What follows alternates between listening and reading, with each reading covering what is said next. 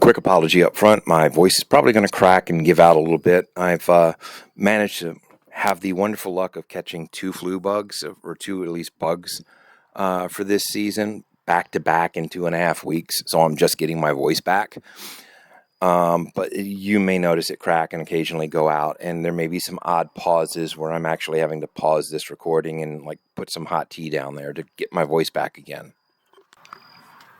So yeah, apologies in advance, but let's talk seriously about Blacula. And I say seriously for a reason, and that reason is because a lot of people, particularly people that have never seen the movie and think they know what it is, tend to think it's stupid, or it's going to be funny, or it's going to be campy, or it's going to be, whatever. And that's been on my mind again recently. I've seen examples of this for decades now. I've been a fan of Blacula since the 80s.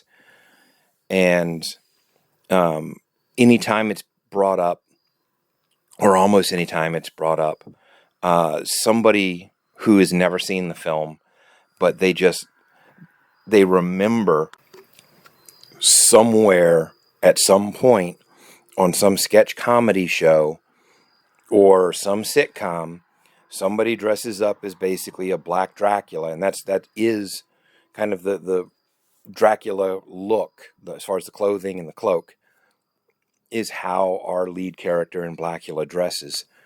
They dress looking like the black Dracula, but doing horribly bad 70s jive, stereotypical accent stuff, and that's not what the character ever sounded like. For some of you who are also longtime superhero fans, the idea of a black Dracula, or specifically even Blacula, although I don't think I never saw a sketch like this where they named the character Blacula, but a lot of times that got treated by comedy writers in the same way as like Black Lightning, which, we finally got a really good Black Lightning show not too long ago, and it treated the character really well. But for years, outside of comic book fans, the only way most people knew about Black Lightning was, I think it was Saturday Night Live would occasionally have Sinbad on, and if they did a superhero skit, they would have like the wannabe member of the Justice League who sometimes got locked out of the room and couldn't get through the door. Sinbad is Black Lightning.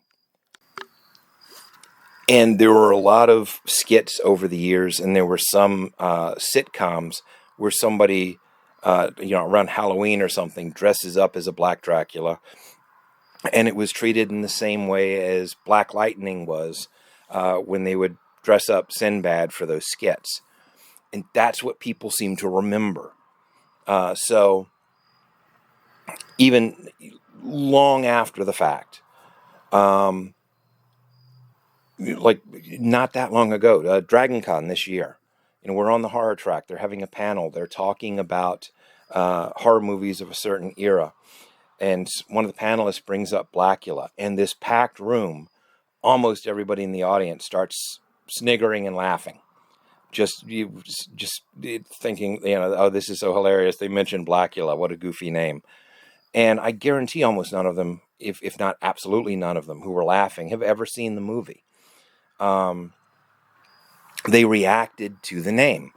And unfortunately for the movie that was eventually created, the name was supposed to do that. Let me give you some background on Blacula, and then let's actually jump into the movie. Small studio decided they wanted to do essentially the Universal monster movies, but they wanted to do them all black cast. And once these guys, the brain trust, kind of worked out what they wanted, and started figuring out how to make it, well, one of the things they figured out was they couldn't do like what Hammer did. They didn't have the budget or the existing sets to make a bunch of period pieces. So it was going to have to be present day. So the whole dynamic and feel of the movies are going to be different already. The next step was figuring out what was it going to be their launch. And they figured they wanted to do, the Black Werewolf, the Black Dracula, the Black Mummy, the Black Jekyll and Hyde, on and on and on. And they figured, kind of launch with what's going to be the more famous monster, which I know some of you may argue is Frankenstein, but at the time they decided they're going to go with the Black Dracula. So they've got their launch. They've got kind of a plan to drop the next one after that and the next one after that, and maybe try to build as everybody likes to call it now, a shared universe. Even though we've been doing that in movies for decades, depending on where you want to go look. And then they started working on both getting a script. They have a writer who's come up with the general plot pitch. They're working on getting the script, and they're working on getting people cast and getting a director. And they actually cast quite a few really good actors for the various roles that they filled out the movie with. For them, probably the two best hires as far as casting and directing. They got pretty much unknown at the time, William Crane, who was a black director, hadn't directed anything at that point that that I'm aware of. He had been working as an assistant. He had been helping on other movies. This was his big directing shot. So he gets hired, and he turned out to be a very, very good director, had some very good ideas that he puts on the screen in Blacula. And the great stroke of luck they had is they cast William Marshall as their lead character. William Marshall, for those of you who don't automatically recognize the name, William Marshall was fairly well known on TV. It had a lot of roles here and there, quite a few of them on little westerns, Bonanza, Gunsmoke. He had done a few spots, I think, like Man from U.N.C.L.E. here and there. Star Trek fans know him as Dr. Daystrom. And if you're much younger than I am, he was also known as, I believe it's the King of Candyland on Pee-wee's Playhouse. Or no, not Candyland. The King of Cartoons. He was the King of Cartoons on Pee-wee's Playhouse, but he was the one that came along later, because I believe there was two of them. Sorry, Pee-wee's Playhouse was not my thing. He was the second of the two, or the last of the three, however many there were. But he was also known by fans of the stage, by theater goers, because he was considered by many to be like one of the great stage actors, and considered by quite a few people as to be like the greatest Othello of his time. So this is an actor who has a lot of skill, who has a rep behind him. And thankfully, that's who he was, because things went a little off the rails early on. And if it wasn't for William Marshall and William Crane, we wouldn't be having this conversation now. The pitch for the movie was basically, it's going to be set in the modern day, or the then modern day, the early 70s. It's going to be set in the modern day, and black man, living in a black neighborhood, encounters a vampire, gets bitten, and becomes the vampire lord of this neighborhood area, and has encounters with various elements in this, from gangs to the police. And if you're thinking about the era, this is also when the blaxploitation boom is really starting to happen. And you could imagine the blaxploitation boom's going, you get this as a kind of just the general pitch idea, and it's like, oh, this could be like really, really interesting. This is how you want to take this. As it was, the studio and the writer initially were not interested in going interesting. They were interested in lowest common denominator, bad humor. When they got the script they were supposed to shoot, both William Marshall and William Crane, especially William Marshall, because he's going to be the lead character, absolutely balked at it. Marshall and Crane got together, they put their foot down, and signed contracts or not, told the studio, this is not happening. This we can't, we're not doing, the first like Black Dracula, that's going to be like a big budget or big-ish budget film in America is not going to be this farce, because what they were handed as a completed script was this farcical comedy where the lead character, Andrew Brown, is out and about in the neighborhood and gets bit by a vampire and names himself afterwards, decides he's now a vampire, so he's going to become, kind of king of this neighborhood and whatever, and names himself Blacula and does a bunch of stupid, campy, screwball stuff. Well, the big red flag really early on as they started going through the script, particularly for William Marshall, was the name of his character, Andrew Brown. Andrew Brown is the full given name of the character Andy from Amos and Andy. And while his character was not specifically that character, it was a nod to the character, and it was a nod to the idea of this was going to be screwball humor. Even though Amos and Andy wasn't exactly screwball humor, but that's another discussion entirely. But even though it hadn't grown to the point that it was seen in like the late 80s and into the 90s, there was already a lot of growing resentment and pushback to Amos and Andy in the black community in particular. Because for those of you who don't know, Amos and Andy was a very famous radio program, became a TV show. I think there might have been a few movies. And it was one of those things that was always held up as like, an example of black humor and blacks in entertainment, except Amos and Andy was written by white people. The characters in the radio days and the television, and I'm not sure about the television, I haven't looked in a while, but for a very long time, Amos and Andy, even in the radio days, you would see pictures of the performers dressed up as Amos and Andy, and it's two white guys in blackface. It was a show, it was a concept and show created back in the day where they wouldn't hire black performers for like the A-list roles. You would get white performers in blackface. So there was a lot of that resentment going on. And it was beginning to build and build, and it was already there in the 70s. And William Marshall was kind of like, this is not happening. So Marshall and Crane, as I said, kind of put their foots down, and they get a head-to-head with the studio. And there's much better detailed in the way he tells it, much more listenable than anything, so I'm not going to get too much detail. If you go to YouTube and put William Marshall Blacula interview into the search, you'll actually get several interviews that will pop up where William Marshall's talking about various things, but particularly they're asking him about Blacula.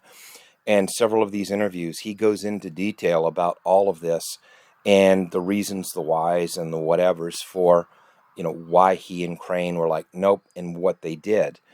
And the short version of what they did was they got the studio to kind of back down enough to say, well, give us your pitch. Give us something. Don't just complain. Give us something that we can do, because we have to go to film. And so Marshall and Crane, and primarily Marshall for a lot of this, came up with a new backstory and a new character concept. And that's ultimately the film that was shot. Completely unrelated to the farcical comedy that was going to happen. However, because certain things were already being pre-sold, they got stuck with the name Blacula, and they had to put the name Blacula somewhere in the movie, which they got out of the way as fast as they could. The name is brought up like one time in the movie in the very beginning, and the line is stilted as hell. But they got it out of the way, and then you never hear it again. And spoilers are going to happen. The movie is almost as old as I am, and I've been a fan of the movie since the 80s. But for those of you who haven't seen it, I'm going to spoil some of it, but I'm going to give you this. Even though I'm going to spoil things, including the ending, it's going to be worth it for you to watch it, because the story points are good, but the performances are some of what makes the movie. And William Marshall in particular is incredible in this film. So the movie Blacula, that everybody seems to think is going to be a joke, ha ha ha, funny. It actually starts out back in the day. It doesn't open up in the 1970s. And an African prince by the name of Mumawaldi and his princess, Zuva, are going to Europe and the UK. They are looking for help, because in the UK and parts of Europe, they're abolishing slavery. But we still have slavery in the United States, and there's still slavery in some other parts of the world, particularly African slavery. And he's going to where some of the people that started this slave trade are. Because you had a lot of the English and a lot of the Spanish were very heavily involved in the slave trade. So he goes to Europe and the UK to try to find aristocrats, people he could talk to and reason, and get them to help. Because he's like, you've realized that this is wrong. You've seen the immorality of it, and you've put an end to it here, but it's still going on. And what you've started is still hurting my people, and I can't stop it on my own. And I need your help to stop what you started. And unfortunately for him, the first major aristocrat he runs into is a guy named Count Dracula. And Dracula invites him back to his castle. We'll talk. Problem is, Dracula isn't so much interested in Mumawaldi, he's interested in Luva. And this becomes very clear to Mumawaldi as he's trying to talk to Dracula, and Dracula is more interested in looking at Luva and making inappropriate and improper advances on Luva. And Mumawaldi kind of restrains himself at first, and as he kind of tries to cut this off, and then Dracula keeps pushing it, and it turns confrontational. And in the confrontation, he actually ends up striking Dracula.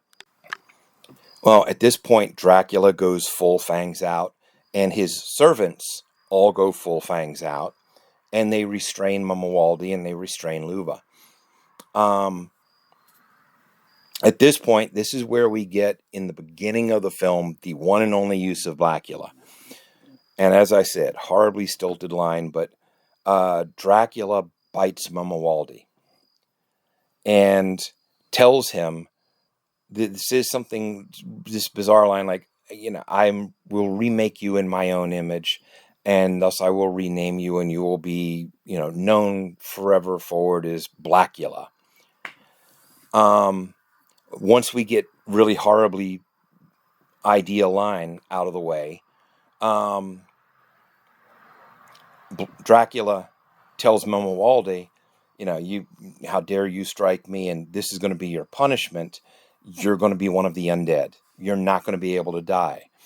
But we're going to lock you into that coffin over there. And we're going to strap the coffin up and make sure you can't get out of it. And then we're going to shove the coffin into this tiny little room, and we're going to brick the room up. And you're going to spend forever living in that little coffin, starving to death, undead, trapped in that little room, never able to escape, never able to feed, going insane for the next few centuries. And I'm going to enjoy your woman while, that's going on.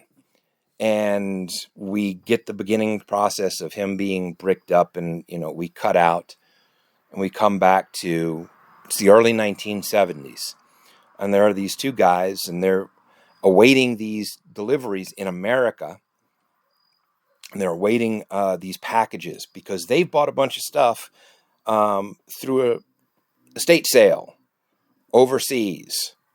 They've bought stuff from Dracula's castle, and they think this is so great because they're going to get a bunch of stuff and they're going to use it to decorate their business, and that's going to bring a bunch of people in, and man, isn't this going to be cool? And wait a minute, one of the things we got is a coffin. And of course, we get the horror movie idiot move of, hey, we got a coffin from Dracula's castle. Let's crack it open and see what's inside. In which case, though, it's not Dracula inside, it's Mama Waldy, who promptly springs back to life, kills both of them, or turns them into minions, but drains them of blood, is disoriented as hell. He's kind of in a room it's got familiar things in it because there's so much stuff from the castle, but also there's a lot of very strange stuff in this room. And he makes his way outside, and fortunately for him, it's night outside. But he walks out into the streets, and it's the streets of 1970s America. He's gone from castles and horses and carriages and oil lamps for lanterns and lights, if not candles in some areas. And now he's suddenly out there, and there are paved roads and these big businesses, brick buildings with neon flashing lights in them, and automobiles on the roads, and all of these sounds and these strange boxes that are playing odd music, and he's looking around completely lost and disoriented. And in the process of trying to get oriented and figure out what's going on, he has a couple of little encounters that end in him having a couple of more meals. But he also ends up that night spotting a woman, and it stops him dead in his tracks, because this woman named Tina is the spitting image of Luva when he lost her and right before being sealed up in this coffin. And that snaps his entire world into focus. And he decides, obviously this is like some insane thing of fate. He's been centuries trapped. He's in a completely different land. And the first night that he's freed, he sees the reincarnation of the princess that he lost, who was the most important thing to him in the world when he was alive before. And he decides he needs to get her back. Now, there's an interesting twist in the dynamic of how they do this. A lot of the vampire films to that point, and a lot of them afterwards, when you had this kind of pursuit, it's very clear from the beginning, and especially through the pursuit, that the vampire, Dracula or whichever vampire it is, for them, it's more about control and possession. I want her, she's going to be mine. And they will do anything. They will put the whammy on the woman. They will threaten and coerce. They will, you'll come with me or I'm going to kill everyone you love type of thing. And there's always somewhere in there about, there's a line in there about, I will make you my vampire bride and we will rule the night and rule the world, and all of this other happy horse pucky. Mama Waldy doesn't do any of that. Mama Waldy wants the love of the woman that he lost back. And he pursues her in the same way that the human Prince Mama Waldy did all those centuries ago. And eventually she's going to find out he's a vampire. But even once he reveals who he is at this point, he doesn't want to bite her. He wants her to be human. He wants her to stay human. Because he realizes that the existence that he's living is a horrendous curse. It's a miserable thing to do to someone. He has to kill other humans and drink their blood in order to survive. And he doesn't want to do this to her. He wants her to be able to be human and to be able to experience the daylight and not have to do the things that he does. Now, don't get me wrong. While he's being very tender with Tina, he is still a vampire. He is not the hero or the good guy of this piece. As everything else he's doing around that situation, he's still killing people to drink their blood. He's creating minions. But even when he's creating minions, the goal of that is he's trying to create a protective wall around himself and Tina. Because he knows eventually, this is going to come back and these bodies are going to start piling up, especially since the minions need to feed as well. He needs some sort of layer of protection around him and her. But he's still, even if it's about protecting the two of them, he's still doing monstrous, horrible things. And eventually, yes, that does start getting more attention, and we get the vampire hunters of the piece, which in this case are some friends of Tina, the local police detectives, and a lot of local police officers. And we go through some very interesting storytelling and story building in the center section, and a very interesting kind of arc of how Mamawaldi and Tina start getting closer. And spaced through there are some actually really cool vampire scenes, including a really well done, horrifying scene of a vampire going after somebody. That if you ever only see a snippet of it, it can look a little weird. This slow motion vampire with crazy looking hair, like running down a hall at someone. But the entire scene, the way it was put together and shot, it's excellent, especially if you're a true blue gory horror fan. So there's a lot in the center section of the movie, and on and on and on we go, and we get towards the end, and I'm going to kind of spoil the end, even if I'm going to leave some stuff in the middle for you to discover as a first-time viewer. But I kind of have to spoil the end, because the end feeds into what I said before about the difference between Mamawaldi and some of the other big screen vampires,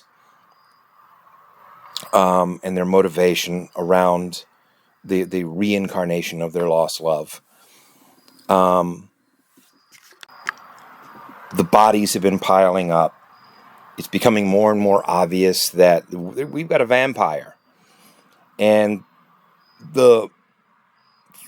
this film's version of all of the vampire hunters are closing in, closer and closer. So Mamawaldi begins taking steps to be able to protect Tina and himself and have a fallback and everything else. And while he's doing this, some of Tina's friends and the detectives and the police descend upon Mamawaldi's lair. And they end up getting in this pitched battle with the minions and killing the minions. But obviously there's no Mamawaldi there. Well, Mamawaldi becomes aware of this and goes to a fallback lair. And it's kind of an abandoned-looking factory. And he takes Tina with him. So, we can go here, stay out the day, and then, we'll move on once nightfall comes. But he's found out. So all of our vampire hunters show up at the factory. And at this point, it's the morning and the sun is coming out. But Mamawaldi becomes aware that, all of these people have just entered this new layer of his. So he tells Tina, stay here. And he goes into the factory to get into it with them. And there are some really wonderful scenes of William Marshall getting to be just this incredible horror force of nature. And no exaggeration on my part, I put him up there with Christopher Lee. Mumawaldi and Christopher Lee's Dracula. William Marshall's Mumawaldi and Christopher Lee's Dracula are like up on the same shelf for me. And for much of the same reason. The things that Christopher Lee brought to Dracula, the power and the nobility, and switching on a dime and bringing just terrorizing animalistic fury to the character. William Marshall does all of it and more, and he does it so well. And you get to see like this flip the switch moment in him, as it's like, I have to protect her and myself, and he is tearing people apart 6 ways from Sunday, and you think it's about as vicious as it can possibly be. And he realizes some of them aren't there. And he realizes they're closing in on Tina. Some of the friends and some of the officers. So he goes back to where she's at. And as he gets there, there's another scuffle. And one of the officers shoots at him and ends up shooting Tina. And after he's basically, disemboweled, these people, he goes to her side and she's dying. And he doesn't want to lose her again. So he makes a decision then that he'll bite her. And he's going to turn her because it's the only way to save her. So he bites her and then he carries her to his coffin. Lays her down gently in the coffin and shuts it. Hoping that she's going to turn. And then she's going to need time to heal on top of that. And that he can distract them. Well, not just distract them. Where you saw the switch flip and he went full horror vampire before, now it's dialed up to 11 because he's ticked off as hell. Because he's, even if he hasn't lost her, he's lost what he wanted of the life with her, because now she's going to share this cursed existence. And he's really starts going off on all of these people, and he is tearing them apart. Well, as he's tearing apart the mass of the police forces that have gone into this factory, Tita's friends and a few of the others find the room. They find where the coffin is. And they flip the coffin lid open and they see her. And they realize she's been bit. She's going to become a vampire. And they make the decision there. They wanted to save her, but they can't. So, stake in the chest. So they put a stake in her heart, pound it in, and she screams. And he hears that. And just drops the guys he's tearing apart. And just disappears. And he's heading for where she's at. So it cuts back, they're all there and they're not looking great because they've just put a stake in her heart and not quite what they wanted to do, but feel they had no choice. And suddenly they're feeling a lot worse because there's Mama Waldy at the door. And they realize, oh crap, this is not going to go well. And they start kind of putting up the token defense, get ready to fight. Oh God, we're screwed. Get ready to fight. And much to their surprise, Mama Waldy doesn't rip them apart. He looks at them in anger, steps forward, he kind of looks at Tina, sees the stake, realizes what's happened, and you see the body language shift like that. And there's no threat there anymore. And he basically tells them, I'm not going to fight you anymore. And there's a line in there referencing Tina, Luva and Tina both, about, I've lost you twice in one lifetime, and I can't do it again. And it kind of goes back to his first night. He sees her, and this is like, oh my God, she's here. And it becomes the sole focus of why he wants to continue going. And she's just been killed, like completely, not just killed and turned into the undead. She's stake in the heart. She's gone. And everything stops as far as he's concerned. There's no point in going. And he looks at them and lets them know, it's over. I'm not going to fight. And he turns around and starts walking away. And they have no idea what's going on. So they start following him from a distance. And he basically ignores them. He just starts walking up the various stairs onto the various uh, gangplanks and frameworks in a factory, going up and up and up and up, and through some of the halls and things. And there they are, following behind them, not sure what we're doing. And he gets all the way to the top of the factory. And I think they then realize where he's going. And he opens this door and he steps out onto the roof. And he walks out into the bright sunlight and looks right up at the sun and lets it burn him to a crisp.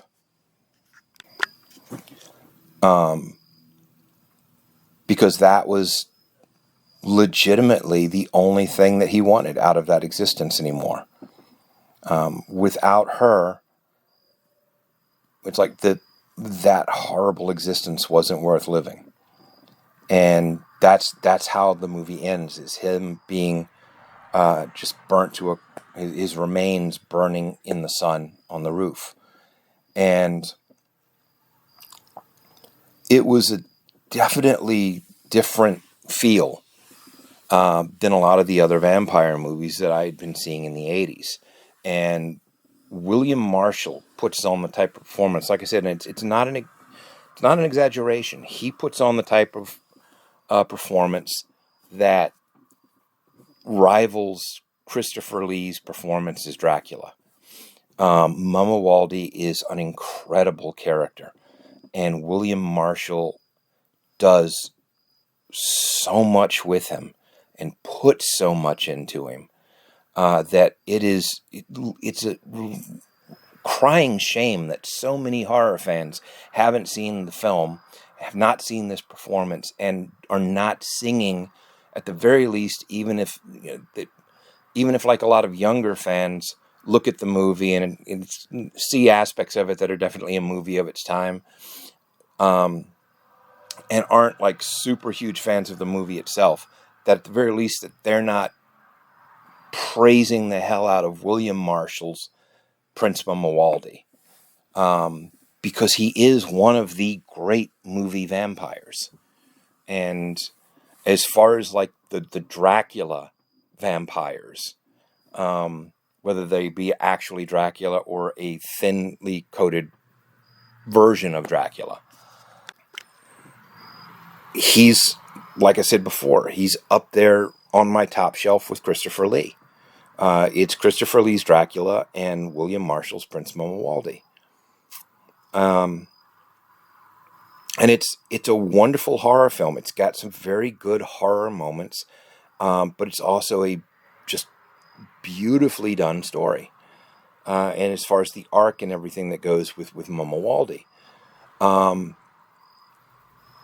And, you can maybe blow off like one person sitting there going, no, this is great. You need to go see it. Because, this movie that you might have never heard of, or you've only heard the name of, and then kind of go, yeah, but if it was really good, or if lots of people liked it, it'd be more. It's one of the things I don't understand. It's not just me. Even though a lot of people nowadays haven't seen this movie and don't know a thing about it. And it seemed to disappear for a very long time. It wasn't just me. When Blacula was released, it was one of the biggest grossing movies the year it came out. It did amazing box office for that studio. And word of mouth hit, and it just kept getting people coming to see it. It was huge. You were hearing about Blacula everywhere for even years after that movie left the theaters. And there were obviously other people that liked it very, very much, because one of those little trivia notes of sci-fi and horror history, it was the first film to win the award as Best Horror Film at the Saturn Awards. So, it wasn't a bad film,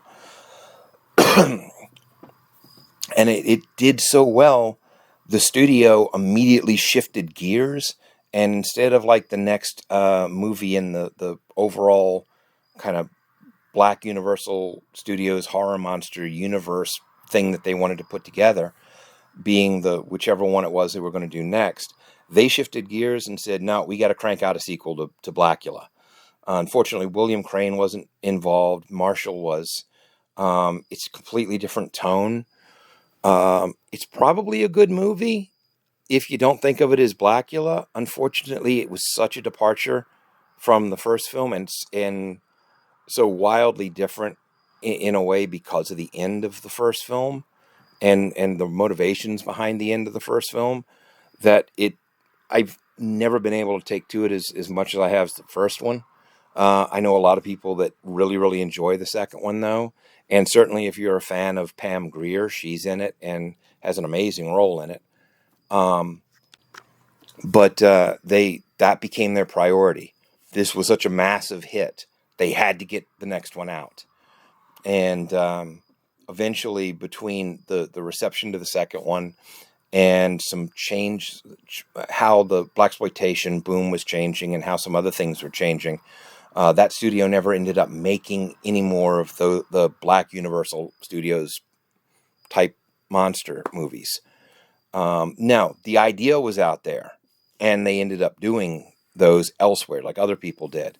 And there's a number of them out there that they did a Black Jekyll and Hyde movie. They did a Black Exorcist movie. They did a Black Frankenstein movie called Blackenstein, which was going to be the actual name of the one that was going to be in the same kind of universe as Blacula. A number of them are actually pretty good and pretty interesting. Blackenstein is not. If you ever want to track some of these movies down, some of the other ones, because I'm definitely telling you to track Blacula down. But if you ever want to check the other ones out, put Blackenstein at the bottom of your list. But no, all of that to basically say, yeah, it was a big movie. It was a popular movie. There were a lot of people at the time who really, really enjoyed it. And it was it's just one of those bizarre things where I think like parodies of it, along with the kind of collapse of the big blaxploitation boom and the all the other ways that, like a lot of things in the 70s that got heavily associated as 70s stuff, kind of crumbled a little bit. It suddenly, by like the maybe mid 80s, late 80s, it became the thing of, people remembered the parodies more, or people saw the name and just kind of remembered, oh yeah, that was like some Black Dracula, and it was like, oh, this silly name, and it must be camp. And it just kind of disappeared for a while. And then it just became this thing that, people laughed at the name. And I don't know why, but it's a real shame, because it's a pretty good movie, and William Marshall's work in it really deserves to be seen. It's depending on your age, it may or may not be one of the best vampire films you've ever seen, but it is far from the worst that you have ever seen or will ever see. And It is definitely not the joke movie that a lot of people seem to want to think it is. It is not the, campy, slapsticky, whatever film. There is a really beautiful story in there, and there's some really wonderful horror moments in there. And there's a somewhat different take on the traditional Dracula style vampire and his arc. And it's something that everybody deserves to give a chance, give it the chance. It deserves to be given the chance by everybody at least once. So go give it that chance. See if you can find it. Give it a watch. Don't laugh just because somebody says, okay, well, there's this movie called Blacula, and then think, okay, funny name, ha ha ha, and then, on to the next bit. Go check it out. And like I said, if you want to hear William Marshall talking about the role and talking about like some of what it meant to him and talking about the issues they had initially on and trying to turn it into something that would be a worthy portrayal of like the first Black Dracula instead of the farce. Like I said, go to YouTube and put in William Marshall Blacula interview, and you should get several hits and listen to him talk about it. Hear what he had to say. Hear why he finds the role to be one that he enjoyed and what he wanted with the role. And then see if that changes your view on it and encourages you to go give it a look. But Blacula, it's not the silly movie, and you're missing out. If not missing out on a great movie that you'll enjoy, you're missing out on definitely a great performance in the lead role.